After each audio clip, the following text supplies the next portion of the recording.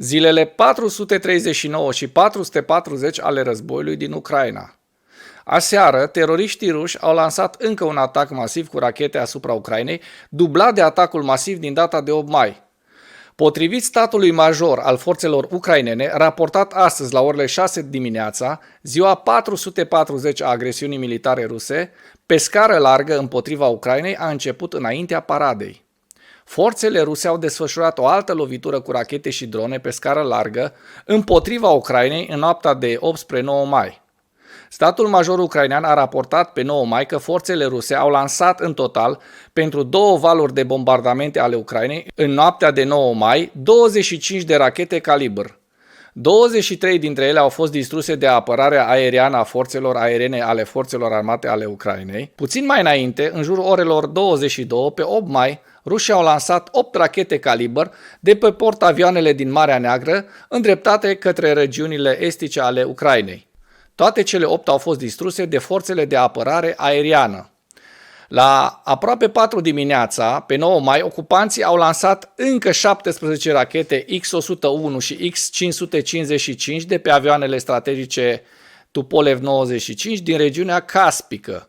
În ziua de 8 mai, adversarul a lansat 30 de rachete, 61 de atacuri aeriene și 89 de atacuri MLRS către pozițiile trupelor ucrainene și a diferitelor așezări, iar atacurile au provocat victime, au distrus și deteriorat locuințe private și alte infrastructuri civile. Vestea bună e că Ucraina a început să doboare rachetele supersonice rusești Kinjal cu rachetele Patriot. Adversarul continuă să concentreze principalele eforturi la Liman, Bakhmut, Avdiivka și Marinka. Lupte grele pentru orașele Bakhmut și Marinka continuă. În ziua de 8 mai, forțele de apărare ucrainene au respins 42 de atacuri inamice în aceste zone ale frontului. Înalți oficiali ucraineni au indicat că forțele ucrainene se pregătesc să desfășoare operațiuni contraofensive în luna mai sau iunie, iar președintele ucrainean Volodymyr Zelensky a declarat pe 7 mai că forțele ucrainene se pregătesc pentru noi evenimente în lunile mai sau iunie 2023. Ministrul adjunct ucrainean al apărării, Volodymyr Havrilov, a declarat într-un interviu pe 8 mai că momentul și locația unei contraofensive ucrainene nu sunt semnificative, deoarece forțele și conducerea rusă vor intra în panică. Centrul media militar al forțelor de apărare ucrainene a declarat că forțele ruse continuă să transfere echipamente militare, muniții și provizii în Ucraina pentru a se pregăti pentru o operațiune defensivă împotriva unei contraofensive ucrainene. Transnistria ocupată de ruși a cerut Rusiei să-și mărească contingentul de menținere a păcii în regiune, de natură să sprijine eforturile Kremlinului de a destabiliza Moldova. Un reprezentant al ocupației transnistrene la Moscova, Leonid Manakov, a cerut Rusiei să mărească numărul forțelor de menținere a păcii în Transnistria din cauza pretențiilor de creștere a securității și a riscurilor teroriste. Manakov a propus ca Transnistria să mărească numărul forțelor de menținere a păcii prin implicarea rușilor care locuiesc în Transnistria în operațiunile de menținere a păcii.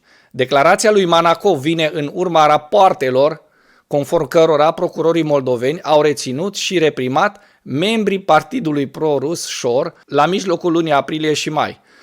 Ce o să facă cu ei? Să-i lase așa să zburde și să distrugă Republica Moldova? Chișinău a reținut 27 de protestatari din partidul Shor pe 7 mai. Purtătorul de cuvânt al Kremlinului, Dmitri Peskov, nu a comentat propunerile lui Manakov. Oficialii de la Casa Albă au avertizat în martie că indivizi ai spionajului rus plănuiau să organizeze proteste împotriva guvernului moldovean pentru a instala o administrație pro-rusă, iar declarațiile lui Manakov sunt probabil o continuare a efortului Kremlinului de a destabiliza Moldova. Întrebarea e, pe unde să teleporteze Rusia trupele? În ceea ce urmează vă prezint un slide cu hărțile oferite de Institutul pentru Studiul Războiului cu schimbările de pe fronturile din Ucraina pe 9 mai.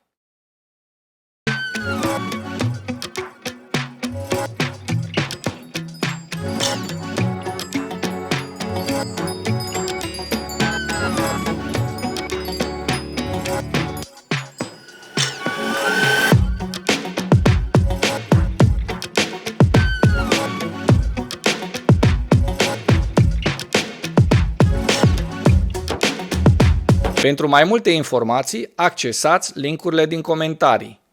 Mulțumesc pentru vizionare. Dacă vrei să susții acest canal, abonează-te la Animatura.